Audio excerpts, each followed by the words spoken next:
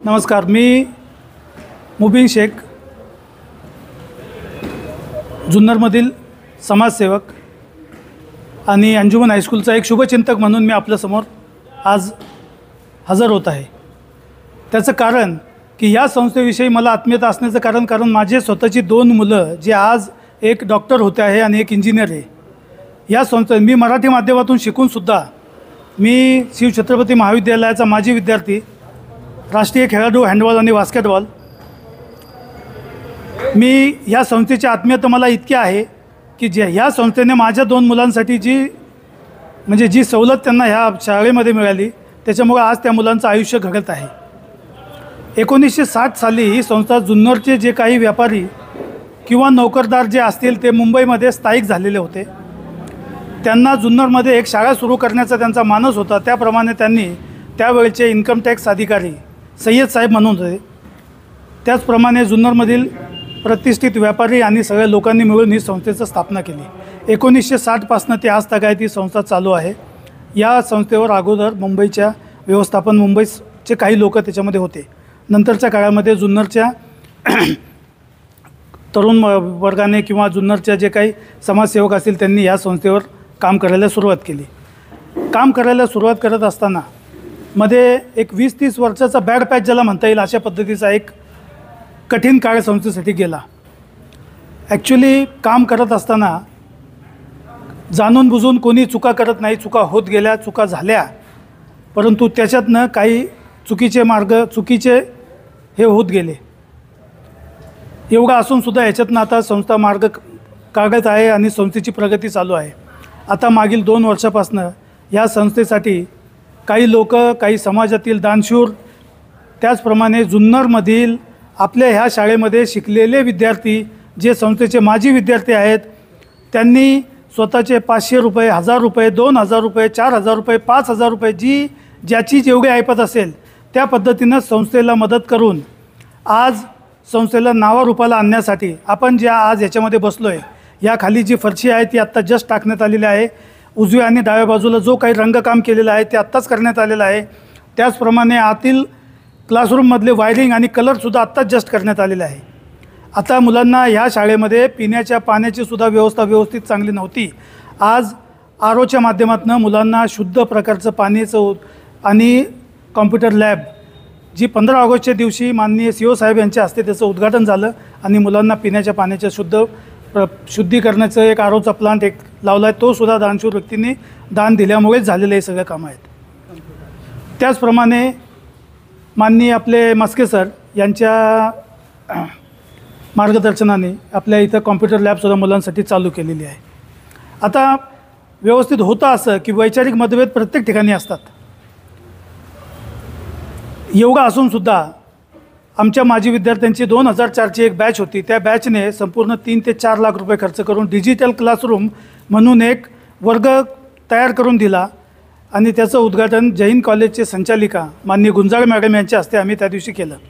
त्याचप्रमाणे ह्यावर्षी 11वी सायन्स जे काही बाहेरचं वातावरण पाहता थोडंसं मुलांसाठी सेफ्टी व्हावं म्हणून संस्थेच्या काही शुभचिंतकांनी, काही लोकांनी जे शिक्षणप्रेमी आहेत त्यांनी मदत करून आपल्या इथं 11वी सायन्सची शाखा आता आपण सुरू केलेली आहे.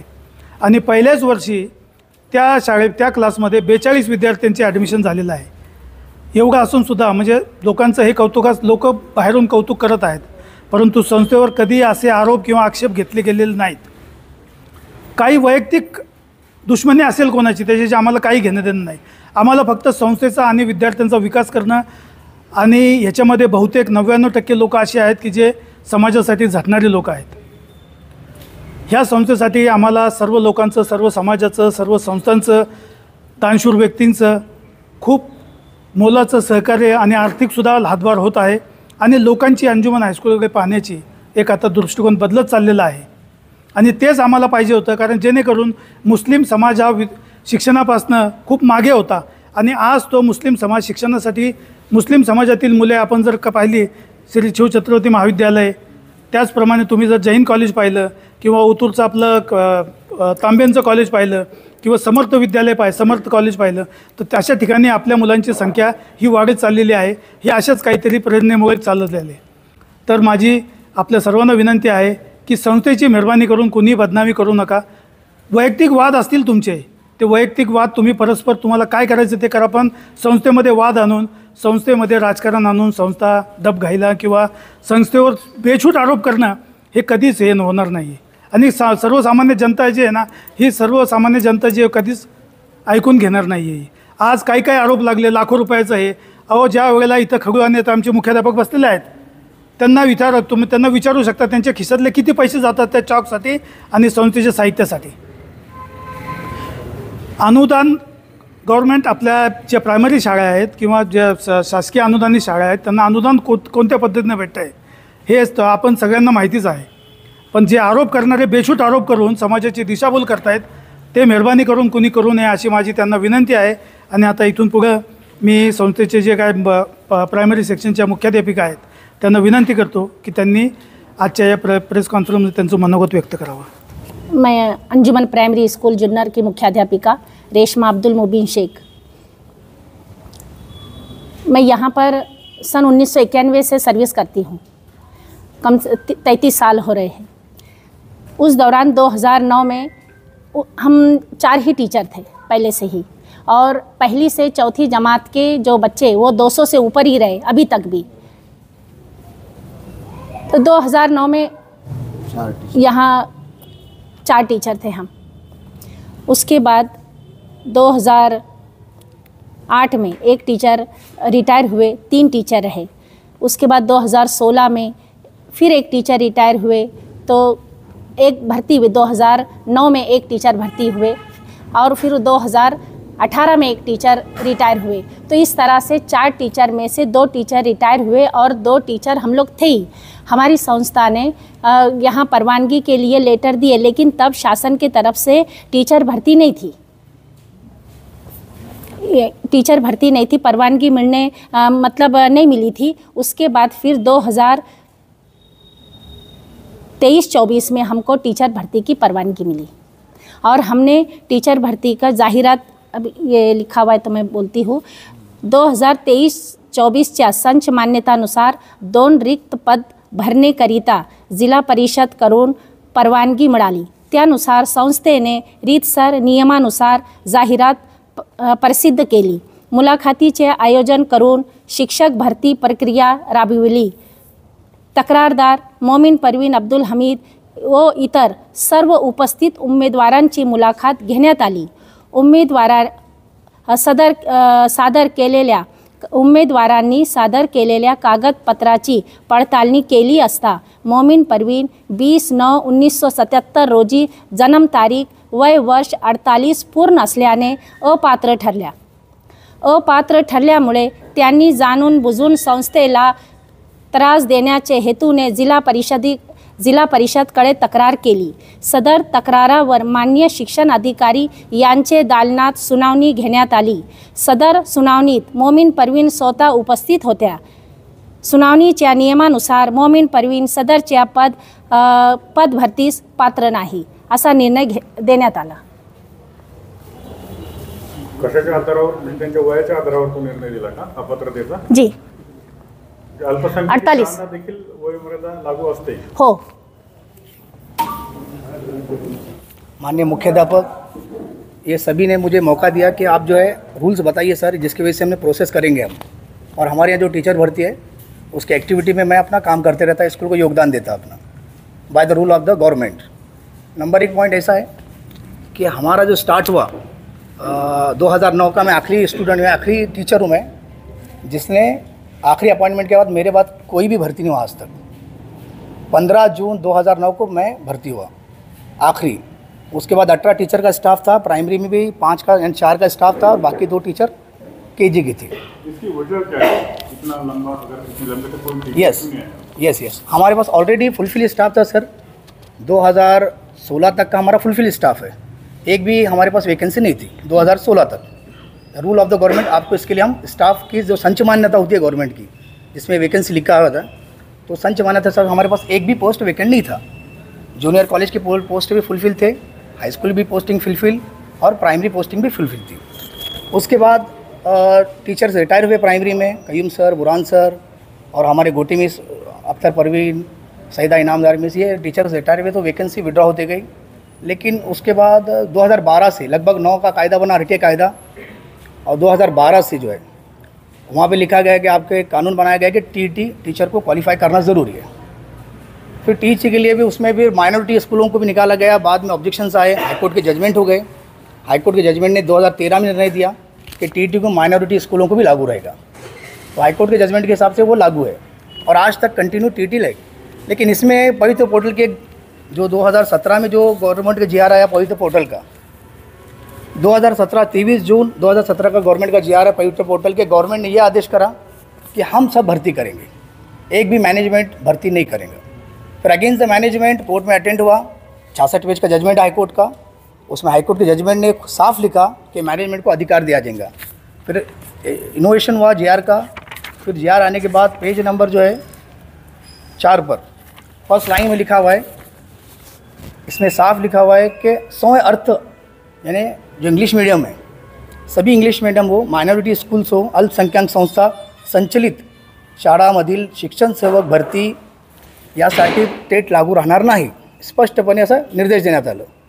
त्याच GRमध्ये सगळं घटना घडली, म्हणजे सगळं रूल्स लागू केले त्यांनी। शिक्षकांची वय किती असणार, रिटायरमेंटचा सगळ्यांना माहीत असतात, 58ला रिटायरमेंट असतात। संस्था लागू करू शकेल की 59 यांना करा, होणार का? नाही होणार।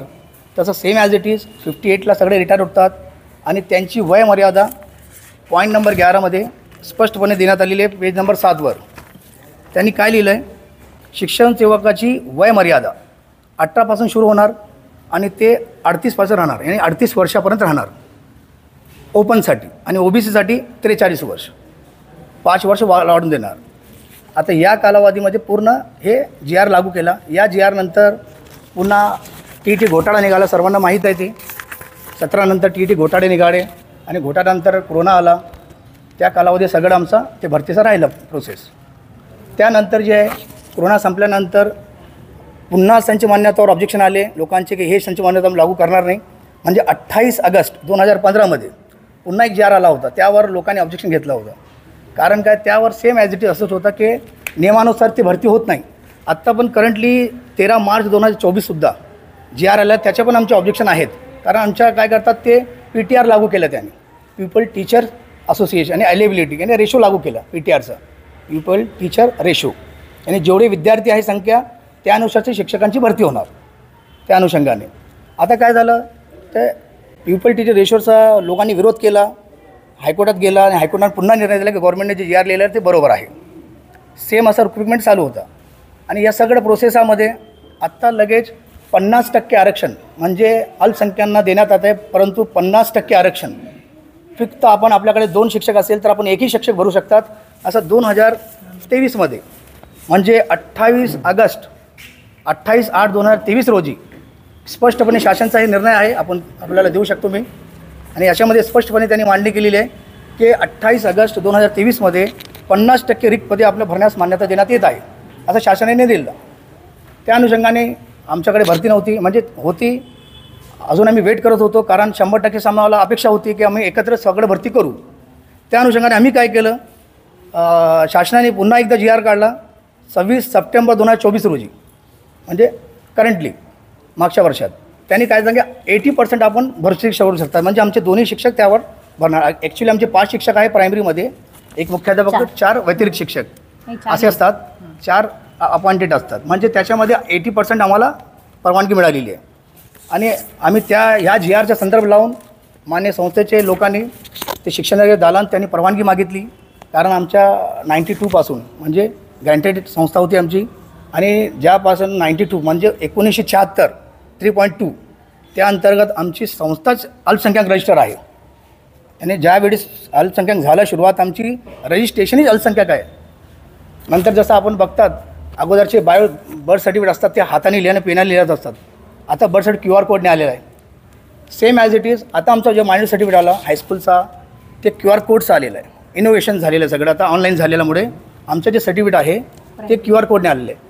आता त्याच्यामध्ये पुन्हा इनोव्हेशन केलं त्यांनी, शिक्षणाधिकाऱ्यांनी मागणी केली की आपण त्याच्यामध्ये आपला UDIS नंबर प्रायमरीचा ते ॲड करावं।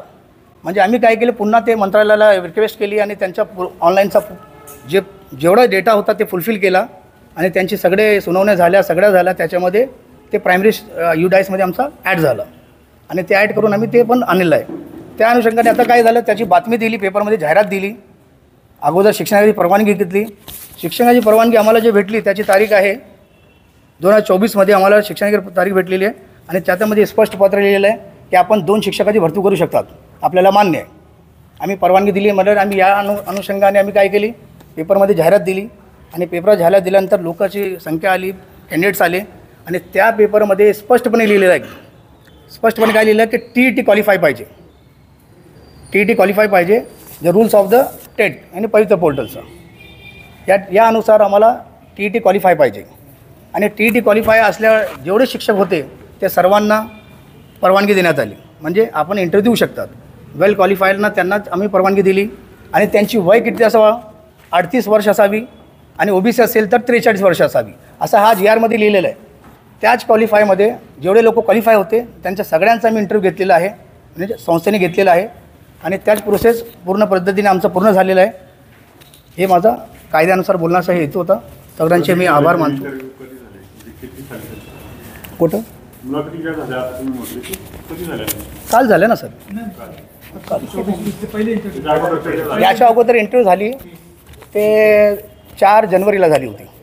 4 जानेवारी 2000 हां याच वर्ष 2025मध्ये 4 जानेवारीला इंटरव्ह्यू झाली होती आमची.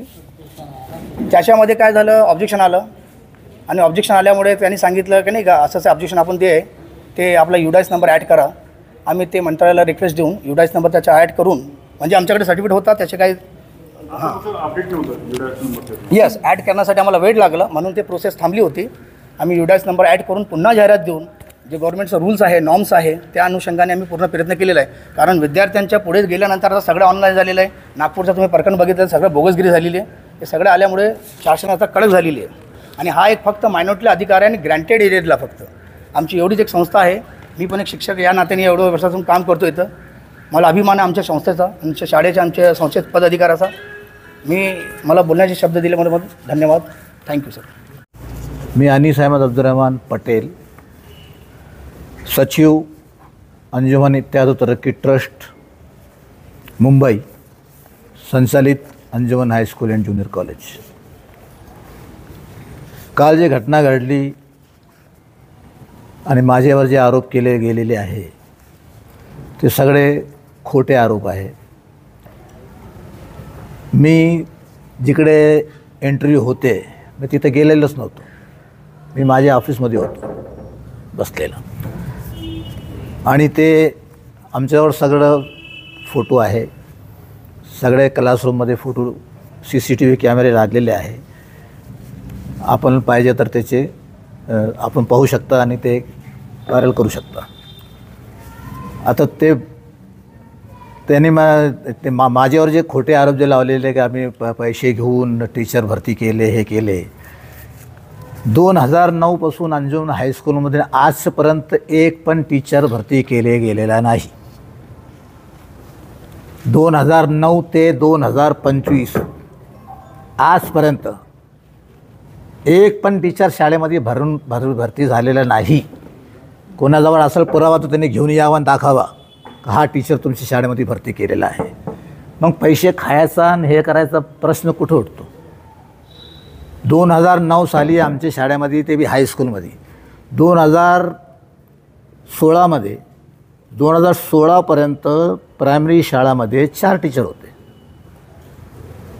हेडमास्टर कय्यूम सर, त्याच्यानंतर बुरहान सर, रेश्मा मिस आणि रहिमा मिस, हे 4 16मध्ये होते. पण जागा कुठे होती, 12मध्ये कुठे काम जागा आम्ही काढली आणि आम्ही भरती केल्या. जे व्हिडिओ जे व्हायरल होतात गावात का मी 2012मध्ये भरती निघाली मला घेतला नाही, 2016मध्ये निघाली मला घेतला नाही, कुठे भरतीच बंद होती. तर आम्ही कसं काय घेणार. मी पहिला वाक्य मी काय सांगितलं का 2009 ते आजपर्यंत अंजुमन हायस्कूलमध्ये एक पण टीचर भरती गेलेला नाही. ना प्रायमरीमध्ये केलेला आहे, ना हायस्कूलमध्ये केलेला आहे, ना ज्युनियर कॉलेजमध्ये केलेला आहे. दुसरी गोष्ट अशी की हे बाई जे माझ्यावर आरोपला होती, मला सांगत होती का माझी वय जास्त आहे तर तुम्ही माझा 5 वर्षाचा रेकॉर्ड तयार करा. मागच्या 5 वर्षाचा रेकॉर्ड तयार करून मला तुम्ही तिकडे जिल्हा परिषदेमध्ये पाठवा. मी त्याला सांगितलं हे खोटे काम मी करत नाही बाई. मला जे टार्गेट करण्याचा जे त्याचा हेतू आहे हेच आहे का मी त्याची ऐकला नाही त्याचा. 5 साल मी मी कोण करणार. आम्ही फक्त संचालित संस्था चालक आहे. आम्ही सगळे काम जे आहे शासनाचे हेडमास्टर करतो. शासनाला काय विचारायचं असाल तो पत्र हेडमास्टरला पाठवतो, आम्हाला नाही पाठवतो. सर्व काम शाळेचे जे प्रायमरीचे हेडमास्टरला फोन येतात, ऑनलाईन त्यांना माहिती द्यायला लागते. दुसरे आमचे हेडमास्टर आहे हे इंतेखाब सर, हे हायस्कूलचे आणि कॉलेजचे हेडमास्टर आहे. त्यांना पत्र येतात, त्यांना फोन येतात, सर्व काम ते लोक करतात. आमचं काम फक्त लक्ष ठेवणे आहे याच्यामध्ये. आम्ही टीचर भरती आम्ही नाही, सगळा हेडमास्टर करतो. सगळा प्रस्ताव हेडमास्टर तयार करतो. आम्ही तयार नाही करतो. ते प्रस्ताव जे आहे सगळे हेडमास्टर दोघांना विचारा पाहिजे. जरा प्रश्न आता याच्यानंतर प्रश्न विचारा हे लोकांना. आमचं काम फक्त देखरेख करायचं आहे. आम्ही कोण घेणार इंटरव्ह्यू. आम्ही एक्सपर्ट जे लोक एक्सपर्ट असतात त्यांना आम्ही नेमतात, त्यांना लेटर देऊन त्यांना बोलवतात का बाबा तुम्ही इंटरव्ह्यू घ्या तुम्ही. आणि हे आम्हाला अधिकार शासनाने दिलेला आहे. आमची मायनॉरिटी शाळा आहे तर हा अधिकार आम्हाला शासनाने दिलेला आहे का तुम्ही भरती करा. तर आमच्या अंडरटेकिंगमध्ये होतात, करणारे सगळे हेच असतात.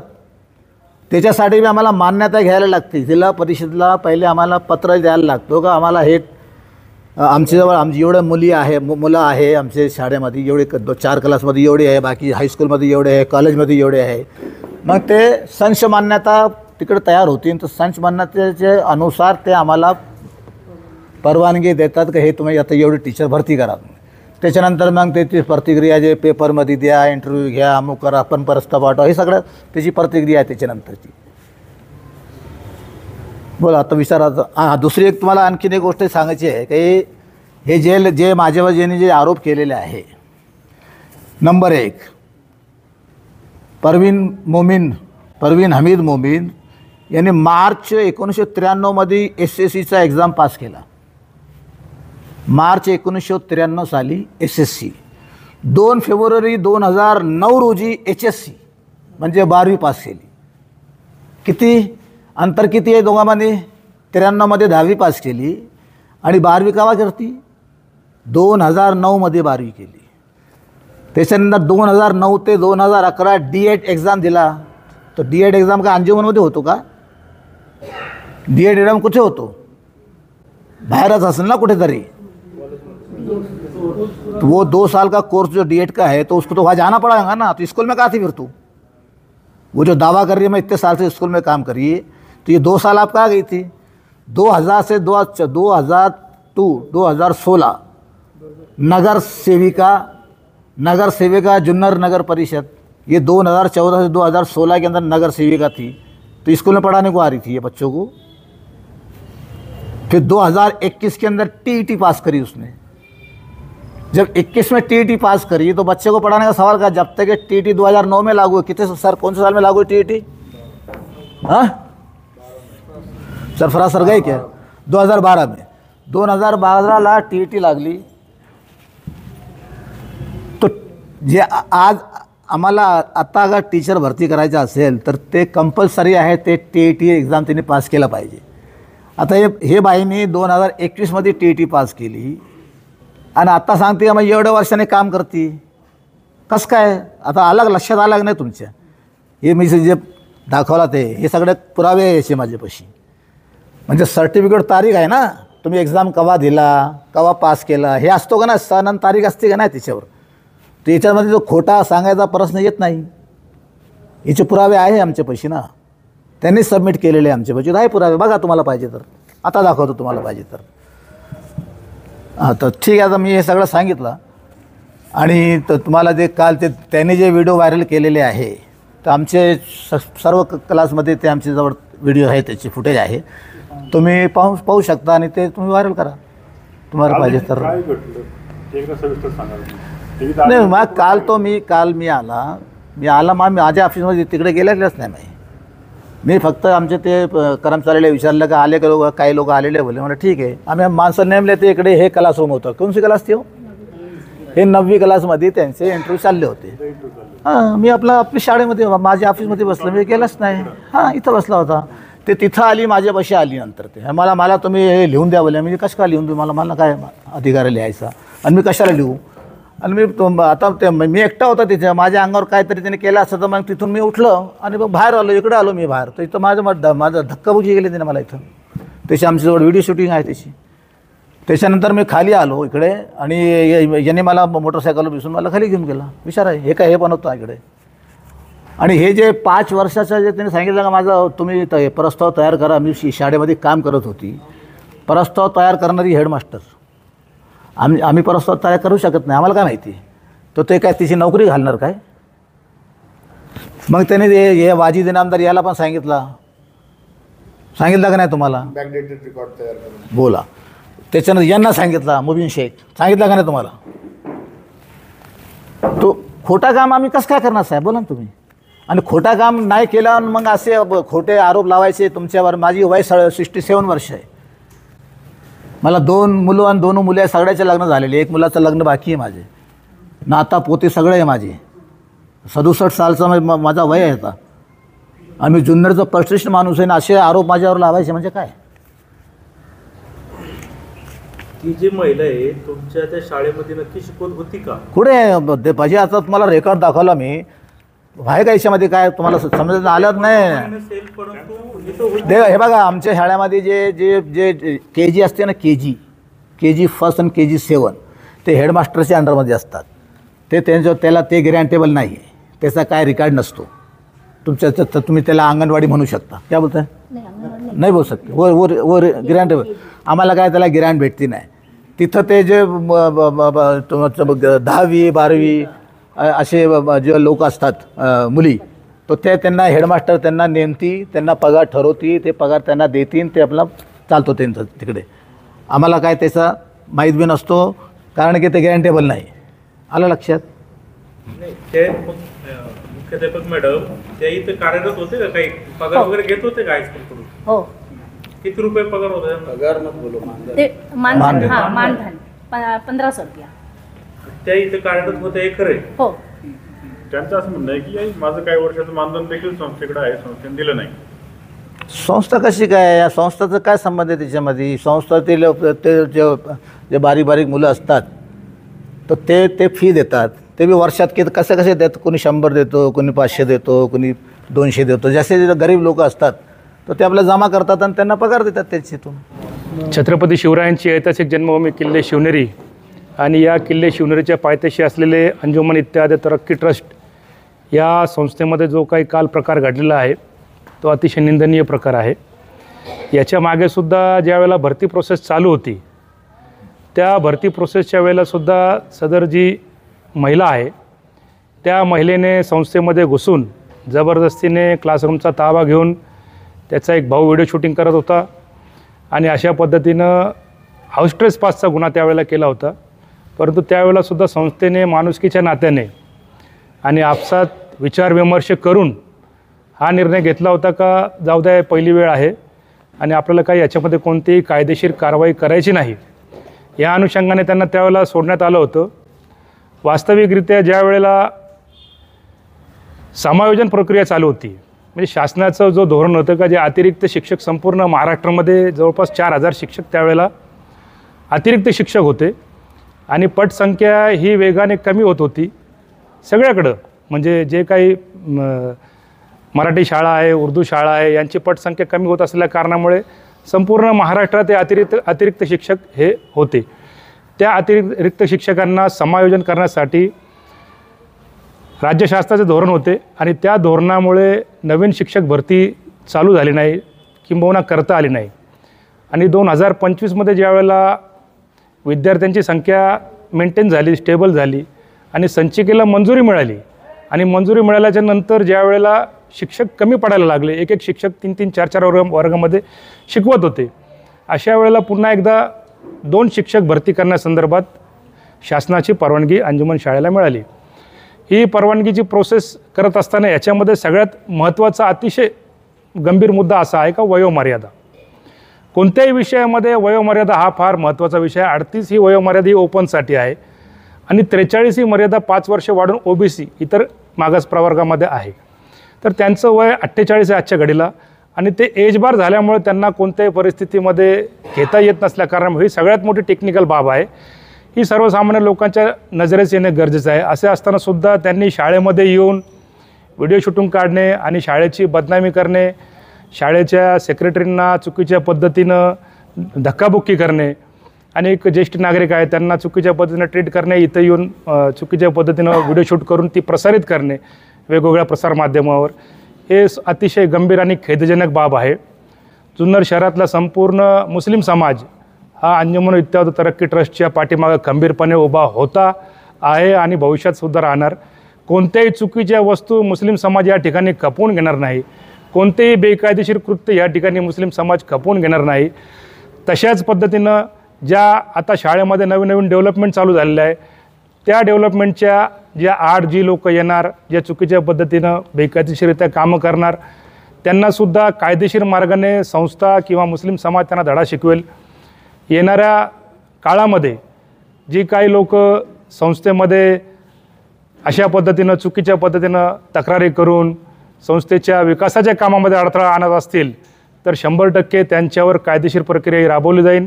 यामध्ये सुद्धा काल संस्थेने त्यांच्या विरोधात तक्रार अर्ज दिलेला आहे आणि PI साहेब नसल्या कारणामुळे त्याच्यावर चर्चा झाली नाही आणि उद्या माननीय PI साहेब DYSP साहेब आल्याच्या नंतर या संदर्भात त्यांच्यावर हाऊस ट्रेसपास किंवा धक्काबुक्की करणे किंवा चुकीच्या पद्धतीने शिवीगाळ करणे या संदर्भात काल NC झालेली आहे. परंतु NC समाधानकारक बाब नाही. याच्यामध्ये FIR होणे गरजेचे आहे आणि त्यांच्यावर गुन्हा दाखल होणे गरजेचे आहे.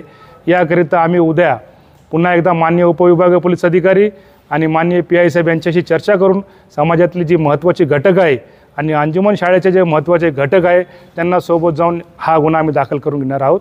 पुन्हा एकदा या ठिकाणी आपण सर्व मंडळी आली आणि संस्थेची जी खरी बाजू तुम्ही ऐकून घेतली आणि जो काही कालपासून जो प्रकार आणि जुन्नर शहरामध्ये चुकीच्या चर्चांना उधाण आले होते त्या चर्चेला या ठिकाणी मी पूर्णविराम देतो आणि चांगल्या पद्धतीनं संस्था ही भविष्यात काम करो, त्याचा लखलाभ हो आणि इथून चांगले विद्यार्थी घडो आणि ते समाजाचं देशाचं नावलौकिक करो. झालेल्या प्रकारानंतर समाजातील सर्व घटकांनी संध्याकाळी अंजुमन शाळेमध्ये येऊन प्रत्यक्षरित्या CCTV फुटेज तपासले आणि तपासल्याच्या नंतर हा निर्णय घेण्यात आला का त्यांच्या विरोधात तक्रार अर्ज आपल्याला करायची आहे.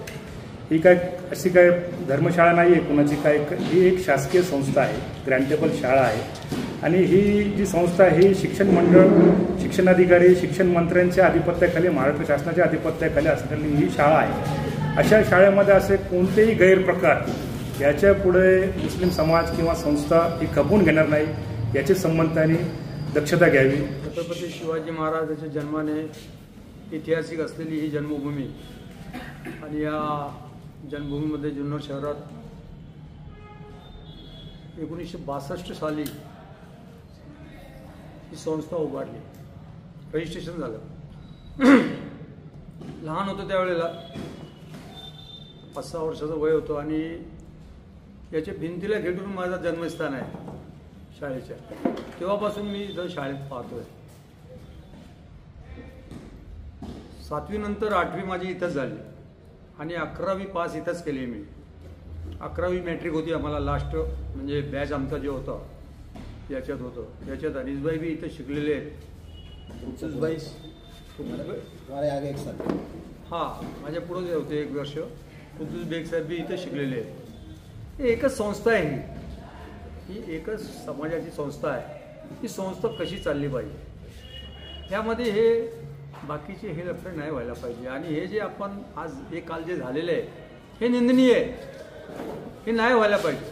आपसात बसून सुद्धा ह्या गोष्टी होऊ शकत होते, परंतु हे लोकांना तमाशा बघायला दिले लोकांनी, हे चांगलं नाही आहे.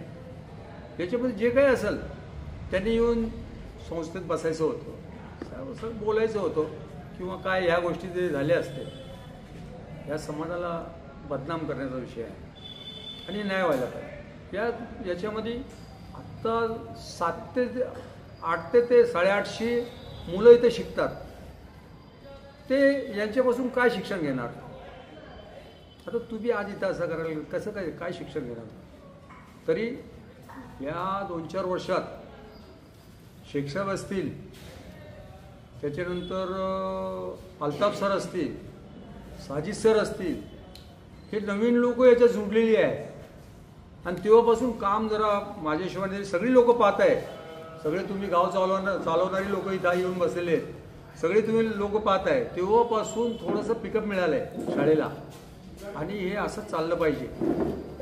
आणि मुलांना इथून पुढे सुद्धा ही लोक मदत करतील. आता याचं रजिस्ट्रेशन आलं आहे, अल्पसंख्याक रजिस्ट्रेशन आजपर्यंत नव्हतं ते आलं आहे, त्याच्यानंतर अल्पसंख्याक रजिस्ट्रेशन आल्यानंतर बाकीचे डिप्लोमा डिग्री हे पुढं भरपूर कामं होतील.